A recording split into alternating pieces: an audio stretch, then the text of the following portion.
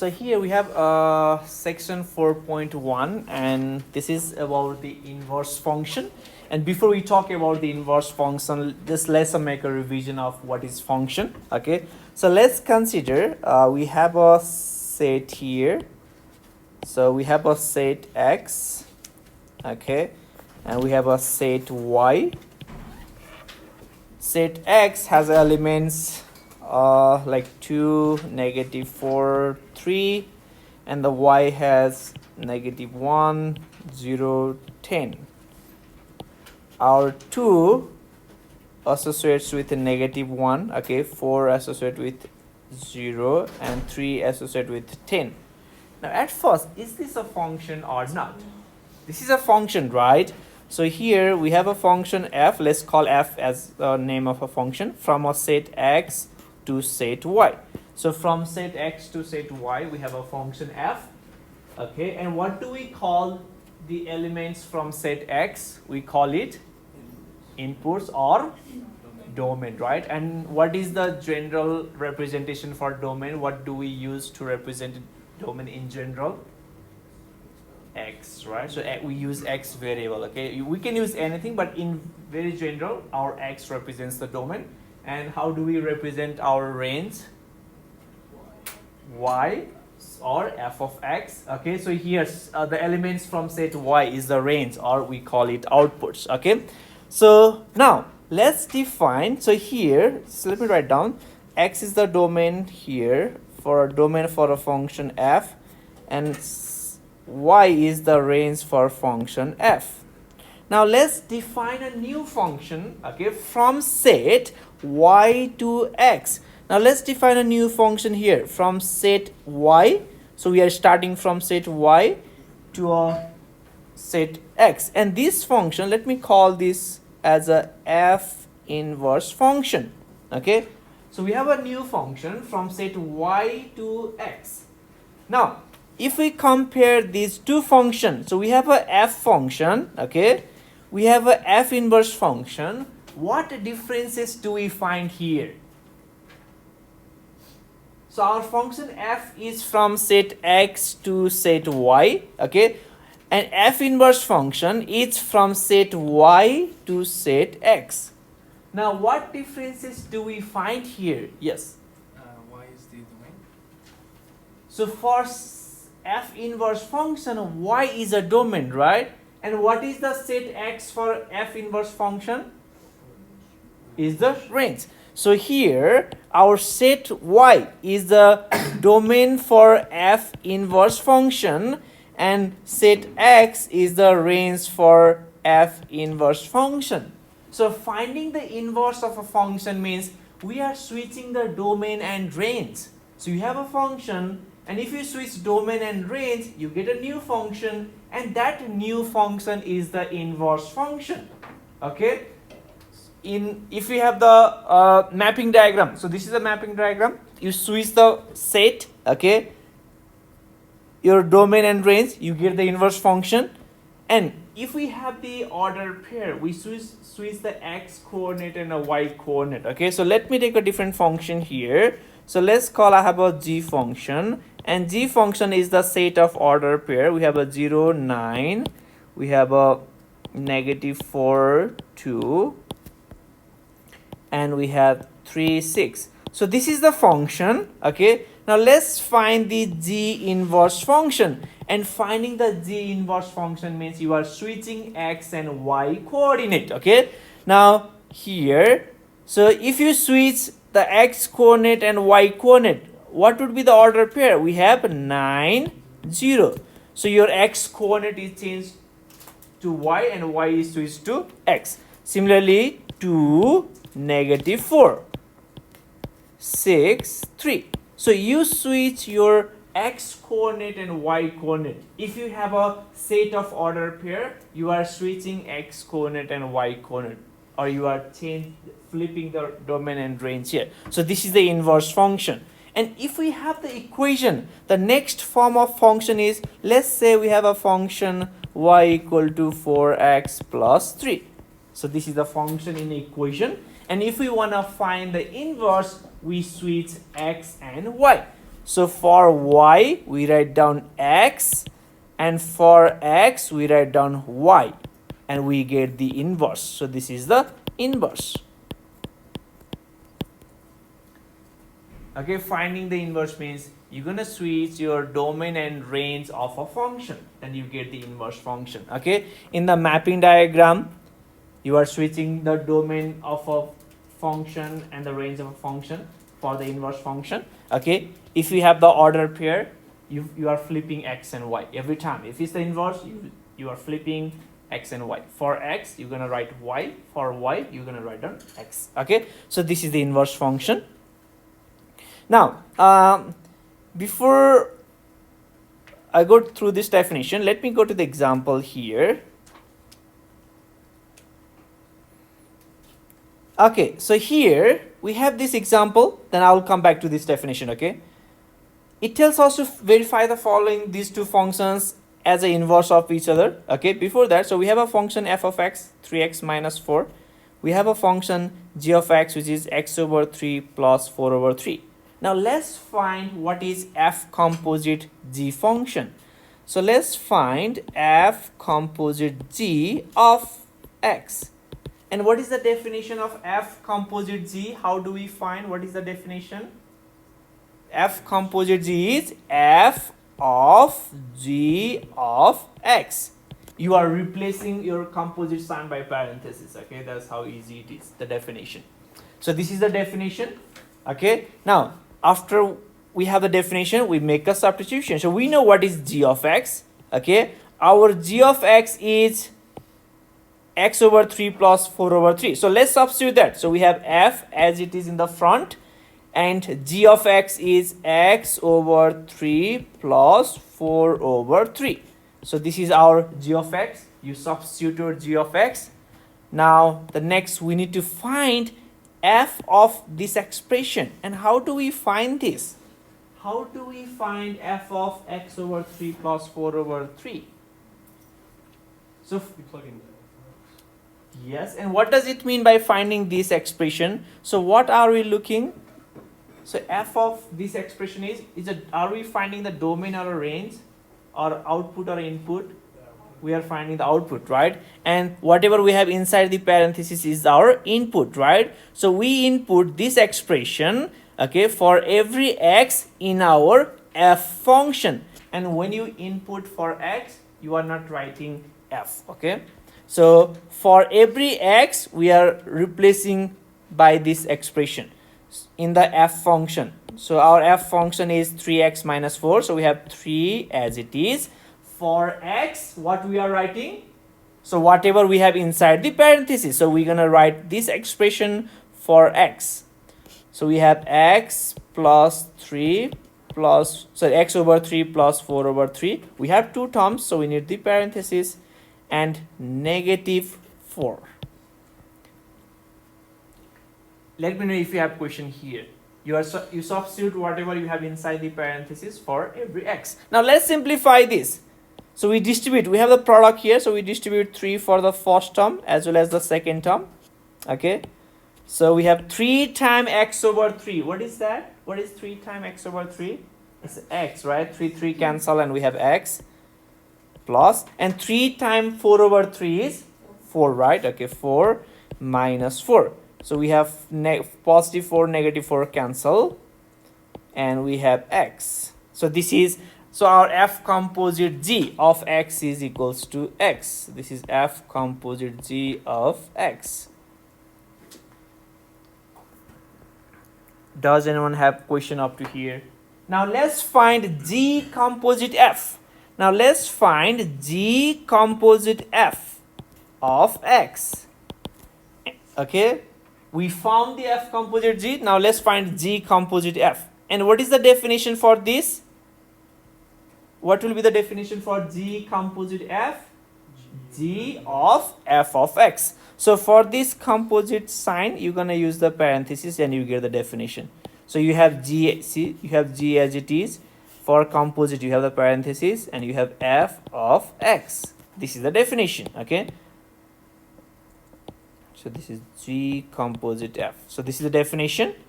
Now in the definition we can substitute what is f of x. We know what is f of x, so let's substitute f of x. We have g as it is. Our f of x is 3x minus 4. So for f of x we have 3x minus 4. Okay, now how do we find g of 3x minus 4? In the g function, right? So you substitute this expression for every x in a g function. So our g function is x over 3. So for x we're gonna have 3x minus 4 divided by 3 plus 4 over 3. And once you substitute for your in x, you are not writing that function. Okay, so here is no more g here. Okay, now so we have this first, let's break this first fraction here. So can we write this as a 3x over 3 minus 4 over 3 plus 4 over 3. So we have this expression 3x minus 4 over 3. Okay, 3 is the common denominator for both expression. Okay, so what we did, we give the denominator for each term. So for 3x we have the denominator 3, for negative 4 we have the denominator 3. Okay, we break it down. Now here positive 4 over 3 and negative 4 over 3 is a 0, right? It cancel, and 3x divided by 3. So we have 3x divided by 3 is x. So this is our g composite f of x. Now let's compare, let's see these two results and what we have here. So f composite g of x is x and g composite f of x is also x. So we have the same output for these two composite function. Okay, now from here what we can conclude that our f and g function are inverse of each other. It means f is the inverse of a g function and g is the inverse of a f function. Okay, so if the composite f composite g and g composite f is equals to x, then these two functions are inverse of each other, and that's what we have here in the definition. Okay, so if we go here, so we have the f function, so we have a f function and we have the inverse function, f inverse function. Okay, so here f to the power, okay, before that, so here f, this is not exponent. Okay, this negative 1 is not the exponent. We use this notation for the inverse function. Okay, so if you want to write t inverse function, then that is t, you are writing t. So if you want to write t inverse function, then t and the exponent, so you write this negative 1 as exponent, but this is not the real exponent.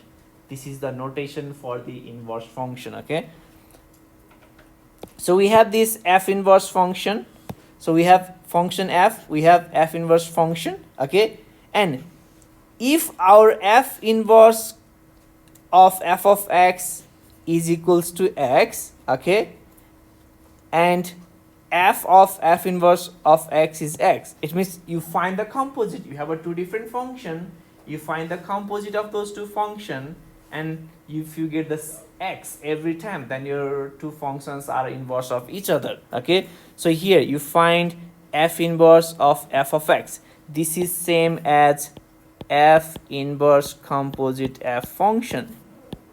Okay, so this expression is same as f inverse composite f function, and this expression is same as f composite f inverse of x.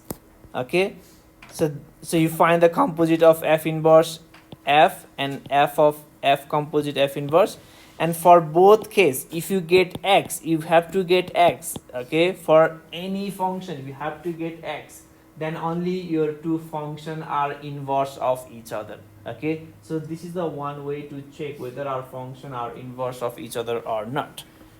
Now what can we conclude, make a conclusion for this example? Now, are these two functions inverse of each other? Yes, and the reason is that they have a, so f composite g is x and g composite of f is x. So if you have x, then we can conclude that g and f are inverse of each other. So g function and f are inverse of each other.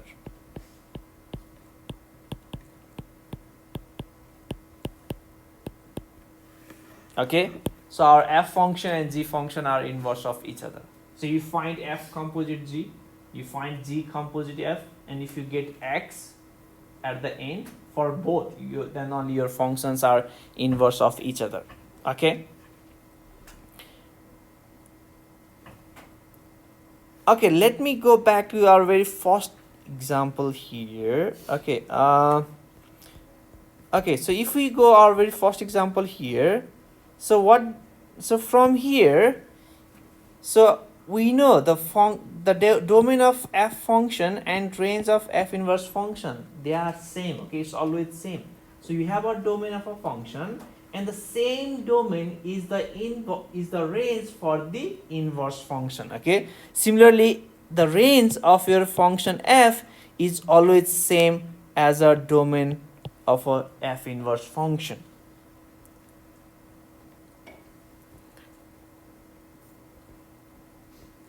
Okay, now here's the steps to find the inverse function. Okay, now let me write a function example here. So let's say we have a function f of x is 3x.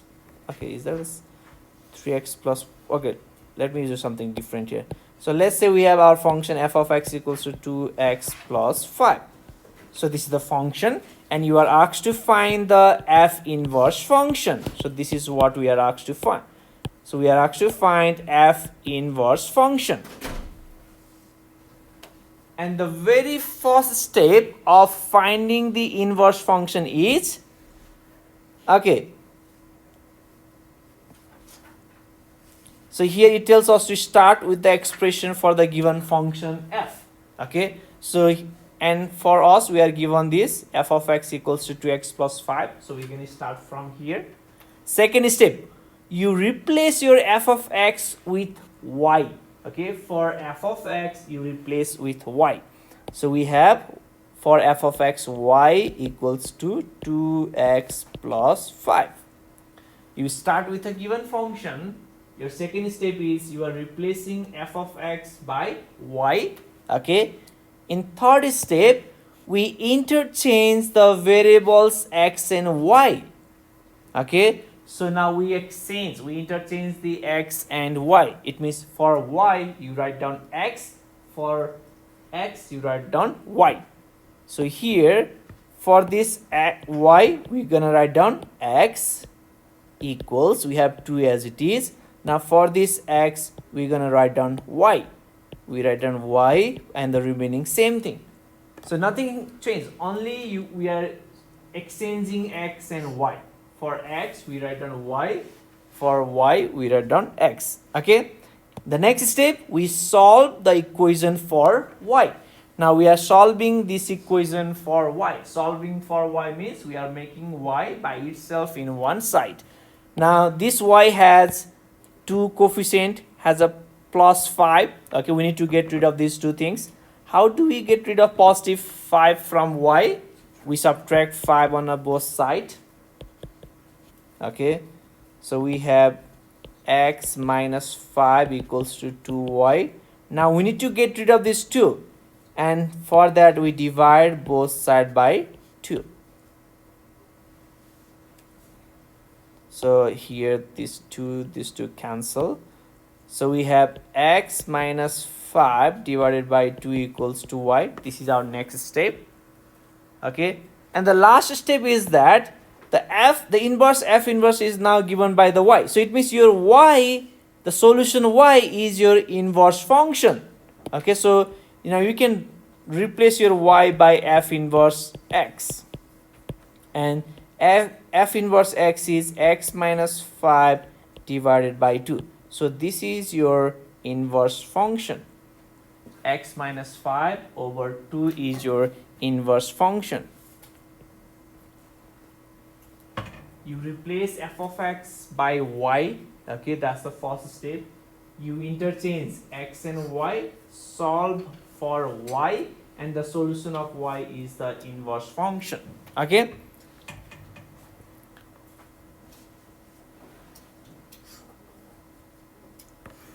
do you have any question? Can you find the inverse of a function? Okay, now let's go to the next. Now So we did find the inverse of a function. Every function, they don't have the inverse, okay? There is a specific type of a function which only has its inverse. Okay, it's not true that every function has its inverse, okay? Now, let me take the very first example. So here, so we have this function f. So I have, okay, a, b, c, 1, 2, 3. Okay, this is, and let me have one more function, g function. So g is 1, 2, 3. We have a, b, okay. Now we have these two different functions. Now at first, are both of these function or not?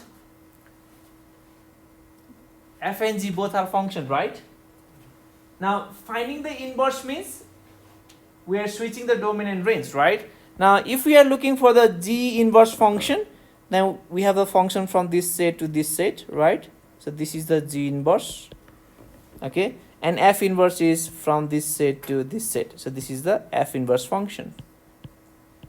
F inverse, okay, let's not say a function. So we have f inverse here. So this is the f inverse and this is the g inverse. Now, is our f inverse and g inverse both a function? So which one is not a function? G inverse is not a function. Why g inverse is not a function? A has two different outputs. Okay, that's correct. Now here, if, okay, now g is a function, okay, and the reason is that every element from its domain, okay, g is a function, and the reason is that every element from the domain has exactly one output. That is a function. G is a function, okay. Similarly, f is a function because every input has exactly one output, so f is a function. But if we see the g inverse function, then for g inverse function, this set is the domain, okay, for the g inverse function, and this set is the range for g inverse. Now, to be a function, every domain must have exactly one range. But here, A has a two outputs. So this is the element, this is the domain for g inverse, and this A has a output 1 and A has output 2. But to be a function, we must have exactly one output, okay? B has a 1, but A has a more than one output. So g inverse is not a function. So g inverse is not function. Now what about f inverse? Is our f inverse a function? So f inverse function, it means 1 associate with A, 2 corresponds with B, and 3 associates with C. So every element from the domain, see, 1 corresponding exactly one element A, 2 corresponding exactly one element B, and 3 corresponding exactly one element C. It means f inverse is a function, okay? So f inverse is a function here.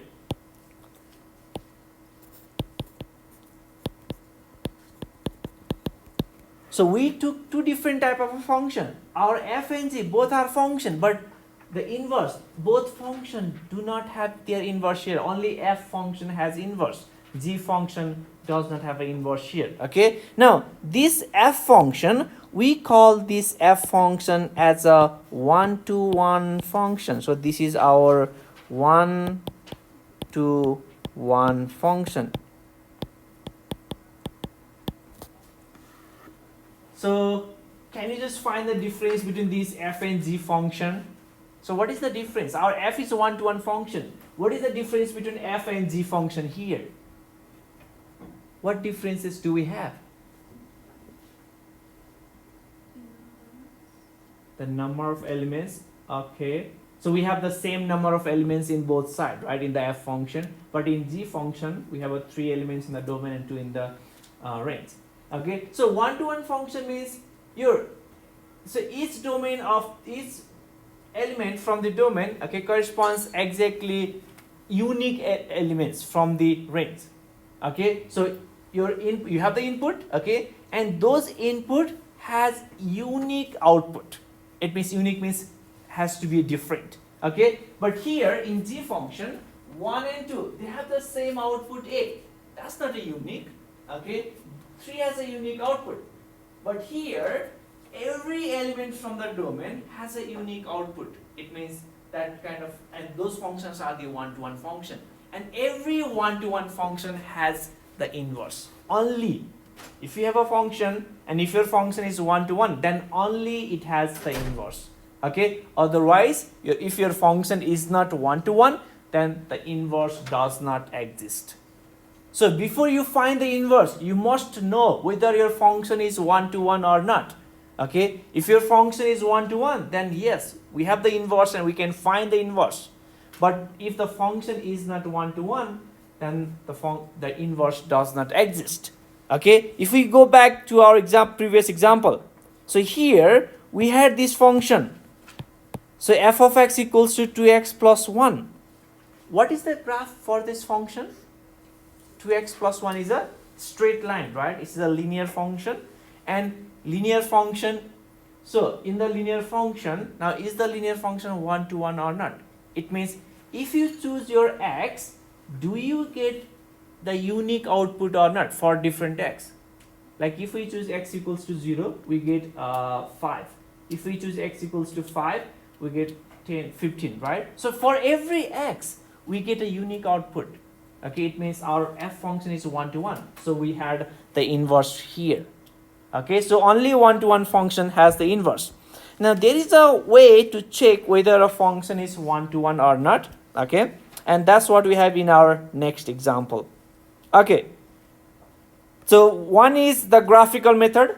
Okay, we can use our graphical method to check whether a function is one-to-one or not.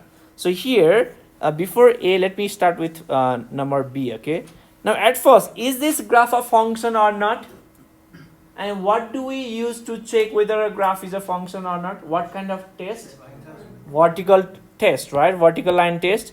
So we draw a vertical line, and if every vertical line crosses the graph exactly at once, the graph is a function.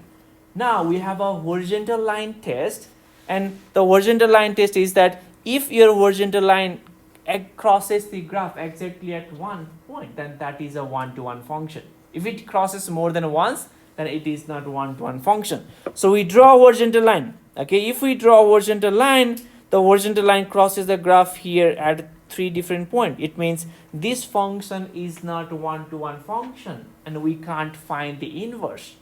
Okay, so we use horizontal line test to check whether a function is one-to-one or not. Okay, and we use vertical line test to check whether a graph is a function or not. So you draw a horizontal line. If your horizontal line crosses exactly 1 point, then your graph is one-to-one. Okay, let me add one more graph here. See, if we have a graph, okay, let me draw a straight line. So this is a straight line, this is a graph. Now let's draw a horizontal line. So if we draw a horizontal line, it does not matter wherever you draw. See, it does not matter wherever you draw, the horizontal line crosses the graph exactly at 1 point. It means this line is a one-to-one function, and we can find the inverse of this graph. Okay, but if your horizontal line crosses more than 1 point, then your function, it may be a function, but it may not be a one-to-one function. And if it's not a one-to-one, we can't find the inverse. Okay, so do not get confused. Okay, vertical line we use for finding whether a graph is a function or not. We use horizontal line to check whether your graph is one-to-one function or not. Okay, so the next here, now let's go back to number A. So we need to we need to check whether this function is one-to-one or not. Okay, this is number A. So we have number A here. So in number A, our f of t is given as negative 3t plus 1. Okay, now if we have a one-to-one function, okay, now so here we have a one-to-one function f. So if your two output is same, so we have a function, okay, let's consider we have a same two output, okay, and if the function is your one-to-one, what should be your input? So you have a one-to-one function, okay, and we have a two output same. It means our output is same. Your function is one-to-one. Then what should be our input function? What should be our input? Do they have to be same or do they have to be different? Your function is one-to-one, okay, so here, so we have a function, okay, so we have a function f function, and let's say the output is same. Okay, let me call the first output is f of a, okay, and the second output is f of b, and these two are same, okay, these two are equals to each other, okay, so we have these two output and they are exactly same, and we know this f function is one-to-one. F is 1 to 1. Now what can we say about the input here? Will the input be exactly same or is different? Okay, that's right. Now let's see if it's different, okay? If we have a different input, so let's say our input is A and B. So our A has a output f of a, which is same as f of b, and B has a output f of b. Now if these are different, will this be one-to-one function? No, right? Because A and B has a exactly same output. But to be a one-to-one, our input must have unique output. Okay? And the option is that this input has to be also same. So we have our two outputs equals to each other, and your function is one-to-one, then the input has to be same. Okay, so this is the condition here. So what we do, in order to check whether a function is one-to-one or not, we consider our output is equals to each other. That's what we assume at first. Okay, we solve that, and at the end, if we get our inputs same, then we conclude that our function is one-to-one. Okay, now here, so that's what we're going to do here. So let me call our A and B as a two inputs. Okay, let's say, okay, so our inputs, so let's consider inputs are A and B. You can call anything, okay, it doesn't matter. Inputs A, B. So we have these two inputs, and we don't know whether these two inputs are equal or they are different. Okay, we don't know anything, but we have, let's say we have any two inputs. You can AB or like X, Y, P, Q, it does not matter, okay, it's not always AB. So we have these two inputs, and let's assume the output for input A and the output for input B is same. How do we represent output for A? How do we write the output for A? Our function is f here. So if your input is A, what will be the output? If your input is A, so your input is A, what will be the output? How do we represent the output? F of A. You substitute this A for your domain, which is T. So f of A is the output for your input A. And what is the output for B? F of B, right? And let's assume that these two are equals. So we don't know, but let's consider their outputs is equals to each other here. Now let's find out what is f of A here. Can you help me to find the f of A? What is its value equals to? F of A equals to? How do we find f of A? Our f is negative 3t plus 1. You substitute A for every t, right? So we have negative 3t plus 1 equals, and f of B is, you substitute B for every t in your f function. So you have negative 3, sorry, this is A, okay? So this is, you replace your t by A. So you have negative 3a plus 1. And for f of B, you replace t by B. So we have negative 3b plus 1. So let me write that expression over here. So we have negative 3a plus 1 equals to negative 3b plus 1. Now let's simplify. Let's subtract 1 on both sides. So positive 1, negative 1, positive 1, negative 1 cancel. So we have negative 3a equals to negative 3b.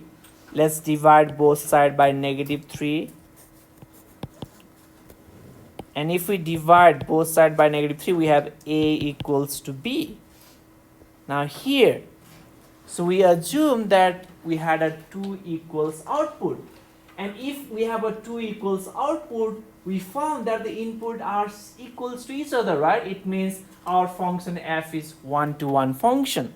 So here our f is one-to-one function, one-to-one function.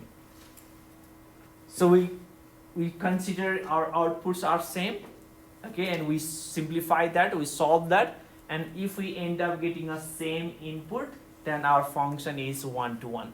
Sometimes you might have a different input. It means the function is not one-to-one. Okay.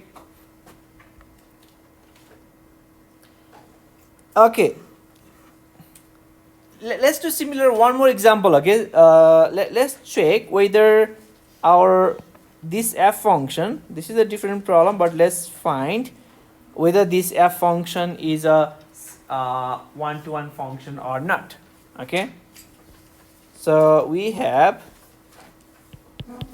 f of x equals to negative 2x plus 3.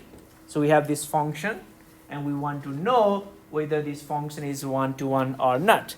So let's call our inputs. So our inputs are a, b, or x, y, p, q. Okay, so let's consider inputs a and b. We have these two inputs. Okay, we assume the outputs are same for these two inputs.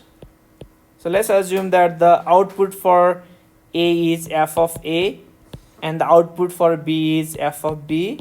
These two are equals to each other. Let's consider. Okay, now let's find f of a. What will be f of a here? Our f function is negative 2x plus 3. So what would be f of a? So you substitute a for every x. Okay, so you have negative 2a plus 3. So in order to find the output, you substitute your input for every domain. Okay, so we have negative 2a plus 3 equals to f of b is you substitute b for every x in your f function. So we have negative 2b plus 3. Now let's simplify here. Let's subtract 3 to get rid of 3 on a both side. So these two cancel, we get 0. We have negative 2a equals to negative 2b. Now let's divide both sides by negative 2. And we have negative 2a divided by negative 2, that is a equals to b. So we consider our outputs are same and we end up getting inputs same. It means the function is one-to-one. So this function f is one-to-one. So f is one-to-one function.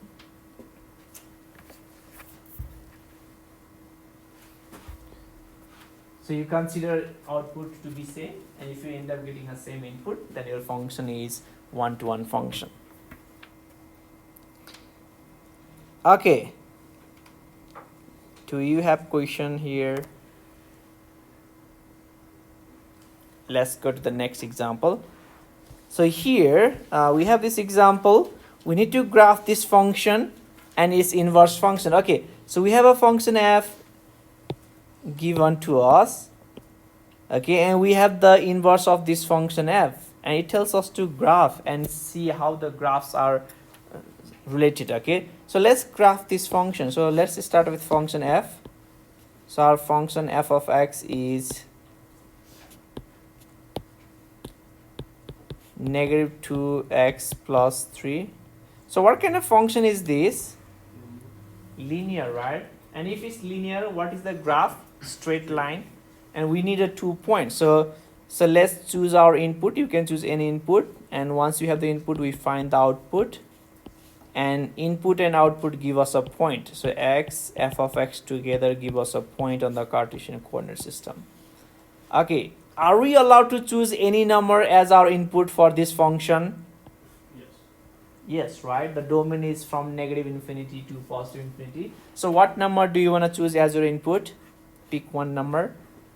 0. Okay, if input is 3, okay, if x is 0 is 3, okay, so what let's choose one more. So we have 0, 3 as a 1 point. So okay, so if your input is 1, we have negative 2 times 1, negative 2 plus 3, we get 1. So we have 1, 1. Now let's plot a graph for this function. So we have x-axis, we have y-axis, we have origin. So 0, 3 is on the y-axis.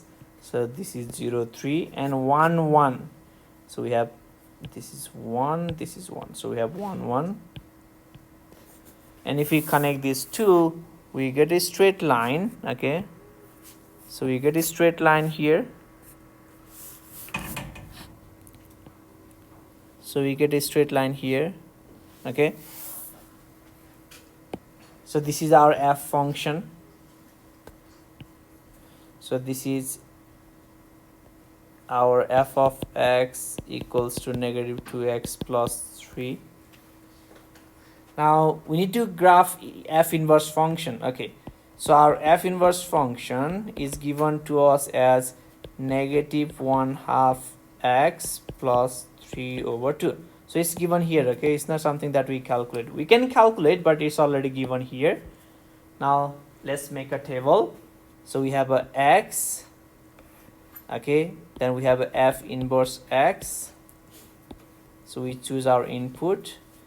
Our output is f inverse x, and we get a point x, f inverse x. Okay, now for this function, what are the inputs? Can we choose any number for this inverse function? So this is our inverse function. Can we choose any number for x? We can. Okay. Now let's start. So what number do you want to choose? The easiest is yeah, if we choose 0, we get a fraction, right? So let's not get a fraction. 1. Okay, if we choose x to be 1, do we get a... Okay, so if x is 1, you substitute 1 for x, we have negative 1 over 2 plus 3 over 2. We have the common denominator. We end up getting 2 over 2, which is 1, right? So we have 1, 1. Now let's choose one more input. Let's go with 2. So if your x is 2, then you substitute 2 for every x, and we end up getting, do we get, okay, we're gonna get a fraction. That's not what we want here. So what number do you want to choose? What if we choose 3? Okay, but you can have a fraction. Okay, it's on you, so it's not that you can't have. Okay, so if x is 3, then we have negative 3 divided by 2, that is negative 1.5 plus 1.5, we get 0, right? So we have 3, 0 as the other point. Okay, now let's plot these 2 points. So we have 3, 0. So we have 3, 0 over here. Okay,